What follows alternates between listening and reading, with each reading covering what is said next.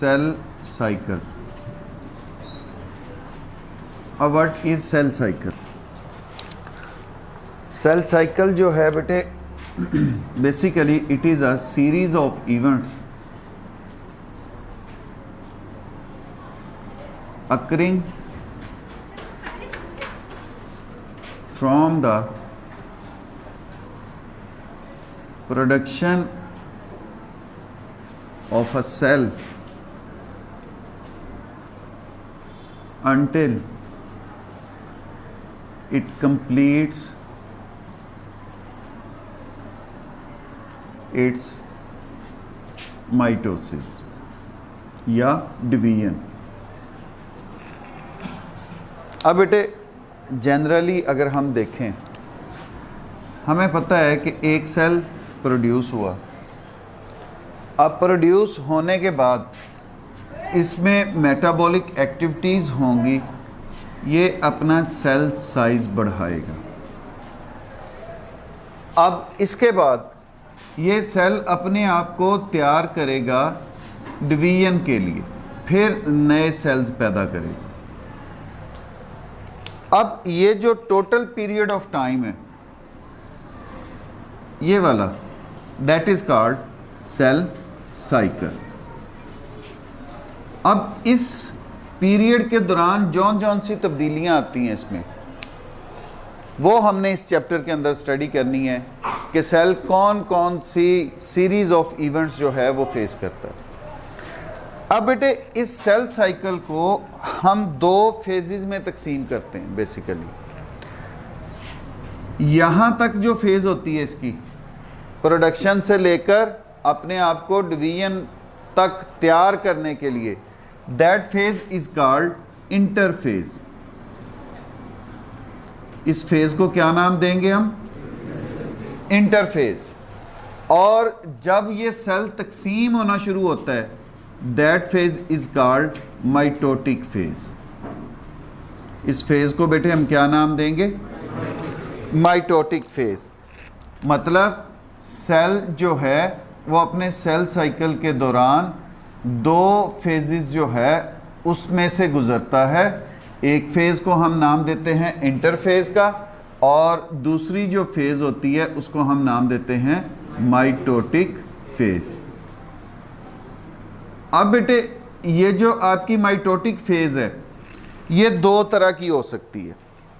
दो तरह से मुराद कि या तो ये माइटोसिस हो सकती है अगर वो सोमैटिक सेल्स हैं, या ये मियोसिस हो सकती है अगर ये गैमीट्स बन रहे हैं, या गोनेड्स में अगर डिवीजन हो रही है, गैमीट्स फॉर्मेशन का प्रोसेस हो रहा है। तो अब इंडिविजुअली हम इंटरफेज को अगर इन डिटेल देखें, what is interphase? It is a phase of the cell in which cell prepares itself for division. Cell अपने आप को तकसीम के लिए तैयार करता है। इसका मतलब क्या हुआ? The cell running its metabolic processes at higher rate. Cell के अंदर जो मेटाबॉलिज्म का प्रोसेस है वो बहुत तेजी से हो रहा होता है।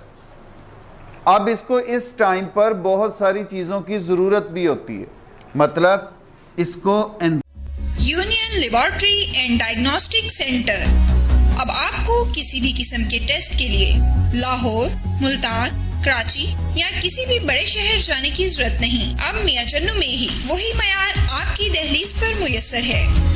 लेबोरेटरी की नुमाया खसूसियात, जदीद मशीनरी, स्टेरिलाइज्ड और कुशादा माहौल, कैलिब्रेन और क्वालिटी कंट्रोल, आला तालीम याफ्ता और मुस्तनद पैथोलॉजिस्ट और लैब टेक्नोलॉजिस्ट की ज़ेरे निगरानी, जहां पर शुगर, गुर्दे, जिगर, दिल, कोलेस्ट्रॉल, पित्तनाक, पेशाब, हेपेटाइटिस, यरकान, औरतों और मर्दों की पोशीदा अमराज से मुतल्लिका तमाम टेस्ट इंतहाई मुनासिब फीस में किए जाते हैं। बैरून मुल्क जाने के लिए आरजी मेडिकल टेस्ट के लिए तशरीफ लाएं। घर से सैंपल कलेक्शन की सहूलत भी दस्तयाब है। जदीद तरीन पैथोलॉजी लैब को दुनिया के बेहतरीन आलात से आरास्ता किया गया है। यहाँ पे तकरीबन लेटेस्ट इक्विपमेंट पैथोलॉजी के सारे हैं। यहाँ पे ये है कि एक्यूट इमरजेंसी में जो भी चीज़ें रिक्वायर्ड होती हैं कार्डियक सर्जरी में, उसके अलावा बाकी कोई एक्सीडेंटल केस ऐसे हैं उनकी रिक्वायरमेंट के मुताबिक सारी चीज़ें यहाँ पे हैं। बेसिक जो हमारे टेस्ट हैं उनके अलावा स्पेशल टेस्ट, हार्मोन एनालिसिस, उसके बाद इनके ट्यूमर माइक्रोबायोलॉजी डिपार्टमेंट, तो तकरीबन सब फील्डों को यहाँ पे कवर कर। Union laboratory and diagnostic centre, Mehar Mohammad Naeem, laboratory manager, biochemist, lab technologist, MSc biochemistry, university of agriculture Faisalabad, BSc medical laboratory technology, Sheikh Zayed hospital, Punjab university Lahore. उसको सुपरवाइज करते हैं और हमारी जो इक्विपमेंट है लैब में वो second to none, top class.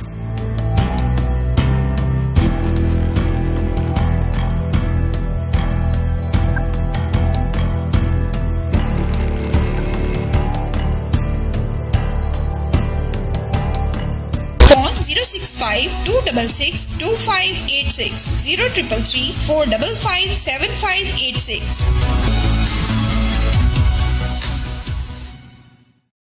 Enzymes चाहिए होते हैं, इसको अदर प्रोटीन्स की ज़रूरत होती है, इसने स्पिंडल फाइबर फॉर्मेशन के लिए कंपोनेंट्स की ज़रूरत होती है। अब ये सारी की सारी चीज़ें जो है इसने इंटरफेस में पूरी करनी है और अपना सेल साइज जो है वो बढ़ जाएगा। अब बेटे ये जो सेल साइकिल है इसकी अगर हम इंपॉर्टेंस देखें, रुडोल्फ विर्चू, हमने सेल थ्योरी में इनका नाम पढ़ा था और हमने पढ़ा था कि इनके कहने के मुताबिक cell arises from pre-existing cells या previously existing cells, कि सेल पहले से मौजूद सेल से वजूद में आता है। तो इट मीन्स आपका ये जो सेल साइकिल है it has importance in the process of reproduction. ये रिप्रोडक्शन जो है बेटे, इससे मुराद पहले से मौजूद क्रोमोसोम्स का नए क्रोमोसोम्स बनाना, पहले से मौजूद ऑर्गेनेली का अपने जैसी एक डुप्लीकेट ऑर्गेनेली बनाना, पहले से मौजूद सेल का अपने जैसा नया सेल बनाना और इंडिविजुअल का नए ऑफस्प्रिंग्स की तरफ जाना। ये सारे का सारा प्रोसेसेस जो है ये रिप्रोडक्शन में शामिल है। और इन सब में जो सबसे इम्पोर्टेंट हमारा फिनोमेना रोल प्ले कर रहा है दैट इज सेल साइकिल। अब सेल साइकिल को हम दो फेजेस में तकसीम करते हैं। One of them is interphase. Interphase basically preparation है किसके लिए? माइटोटिक फेज के लिए। इसको एम फेज का भी नाम दे देते हैं। अब बेटे इंटरफेज जो है it is further divided into sub phases that are G1 phase, S phase, G2 phase. अब इनसे क्या मुराद है? ये जो आपकी G1 फेज है इसको नाम दिया जाता है first gap phase. S phase जो है इसको नाम दिया जाता है सिंथेसिस फेज। G2 जो है इसको नाम दिया जाता है सेकेंड गैप फेज। और एक स्पेशल टाइप ऑफ फेज भी है इंटरफेज की, that is named as G0 phase. G0 phase या G0 फेज जो है इसका नाम हम देते हैं। अब जब ये फेजेस कंप्लीट हो जाती हैं then cells goes into M phase या माइटोटिक फेज। अब क्या क्या होता है इनके अंदर? फर्स्ट गैप फेज जो है अभी सेल डिवाइड होके आया ही है। अब इस सेल के अंदर क्या क्या होगा? सबसे पहले बेटे there will be higher rate of metabolism.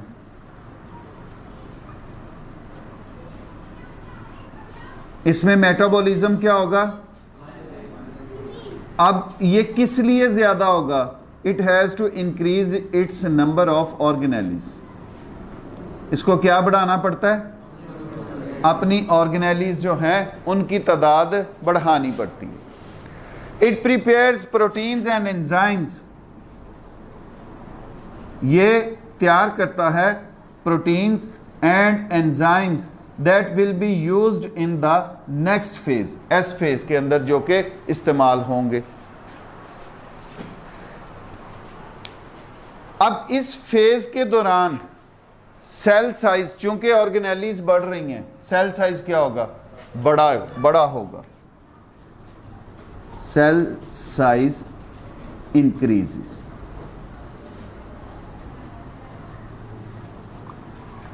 अब सिंथेसिस फेज, इसमें क्या हो रहा है? इसमें इस फेज से बन के आने वाली प्रोटीन्स और enzymes, they are involve in the duplication of chromosome. ये क्या काम करेंगे बेटे? क्रोमोसोम्स की डुप्लीकेशन जो है उसमें मेजर रोल प्ले करते हैं उनसे आने वाली प्रोटीन्स और एंजाइम्स जो हैं। अब बेटे इसमें पहले क्रोमोसोम इस हालत में था, उसके 2 क्रोमेटिड्स थे, एक सेंट्रोमियर था। अब क्या होगा? इस जैसा एक क्रोमेटिड बन गया, इस जैसा एक क्रोमेटिड बन गया। अब इसने एग्जैक्टली कॉपीज जो थी वो क्रोमेटिड्स की बना ली, मतलब जेनेटिक मटेरियल की बना ली, मतलब डीएनए की बना ली, या आप कह लो डुप्लीकेशन ऑफ क्रोमोसोम्स होगी। अब ये वाले जो हैं, ये वाला क्रोमेटिड और ये वाला chromatid, they will be called as parent chromatid. इन क्रोमेटिड्स को बेटे क्या नाम देंगे? पेरेंट क्रोमेटिड्स हैं। अब ये जो नए बनने वाले हैं इनको हम क्या नाम देंगे? Sister chromatids. अब ये सिस्टर क्रोमेटिड्स आए कहां से हैं? पेरेंट क्रोमेटिड की डुप्लीकेशन से। डुप्लीकेशन का मतलब एग्जैक्टली कॉपी जो है उसकी तैयार करना। अब बेटे नेक्स्ट है G2 phase.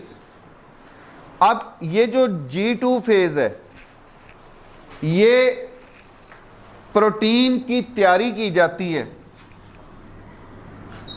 This phase is marked by the synthesis of protein.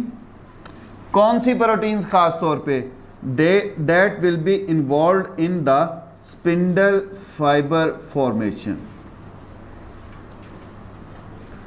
जो किसमें इस्तेमाल होंगी? स्पिंडल फाइबर बनाने में। आपने पढ़ी है माइटोसिस अपनी छोटी क्लासेस के अंदर कि ये हमारे पास सेंट्रोमियर आ गए डुप्लीकेट होके, यहाँ पे क्रोमोसोम्स अलाइन होके आगे।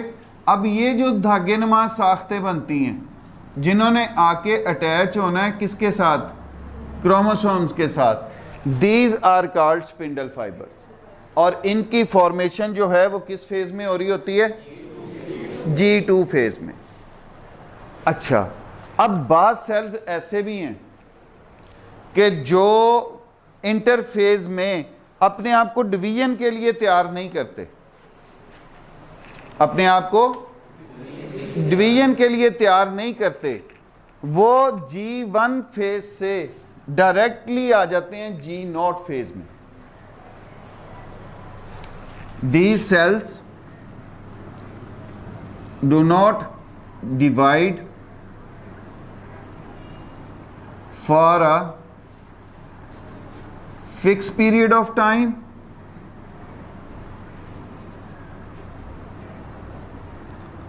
or permanently। या तो वो मखसूस अरसा के लिए G0 फेज में आ जाते हैं एक ख़ास अरसे के लिए जी नॉट फेज़ में चले जाते हैं, या वो मुकम्मल तौर पर जी नॉट फेज़ के अंदर चले जाते हैं। मतलब उन सेल्स ने तकसीम नहीं होना। बेटे हमारे जो न्यूरॉन्स हैं, नर्व सेल्स, डैमेज हो जाए रिकवरी मुश्किल है। उसका वजह क्या है? उसकी वजह यही है कि उनमें डिवीजन का प्रोसेस या तो नहीं होता या बहुत स्लो होता है। आपके kidney cells, neurons, sorry nephrons, वो अगर डैमेज हो जाएं वो दोबारा अपने आप को रिपेयर नहीं कर पाते। आपके लीवर सेल्स, वो अगर डिवाइड होना बंद हो जाते हैं, अगर उनमें कोई खराबी आ जाती है तो उनकी रिकवरी स्लो है। बाकी जो हमारे एपिथेलियल सेल हैं, डाइजेस्टिव सिस्टम के सेल्स हैं, ये लगातार उतरते रहते हैं और नए आते रहते हैं। Older cells, damage cells slough off होते रहते हैं और उनकी जगह नए सेल्स जो हैं वो आते रहते हैं। उनमें ये डिवीजन का प्रोसेस लगातार चलता रहता है। जबकि जो ये वाले सेल्स हैं, ये नहीं बढ़ते, ये तकसीम नहीं होते, पहले से मौजूद सेल से नए सेल्स नई वजूद में आते, या बहुत इनका स्लो है डिवीजन का रेट, तो ये सेल्स किस फेज में चले जाते हैं? जी नॉट फेज के अंदर। Many cells do not enter G naught phase and continues to divide throughout an organism's life. और वो बेटे कौन से थे? हमारे एपिथेलियल सेल्स, हमारे डाइजेस्टिव सिस्टम के सेल्स, एलिमेंट्री कैनाल के बेसिकली वो सेल्स स्लफ ऑफ होते रहते हैं और उनकी जगह नए सेल्स जो हैं वो आते रहते हैं। अब जब ये सारा प्रोसेस हो जाता है इंटरफेज का, G1 फेज, S फेज और G2 फेज, इनमें हो के फिर सेल अब तैयार हो चुका तकसीम होने के लिए। फिर सेल किसकी तरफ जाएगा? डिवीजन की तरफ जाएगा, माइटोसिस की तरफ चला जाएगा या मियोसिस की तरफ चला जाएगा।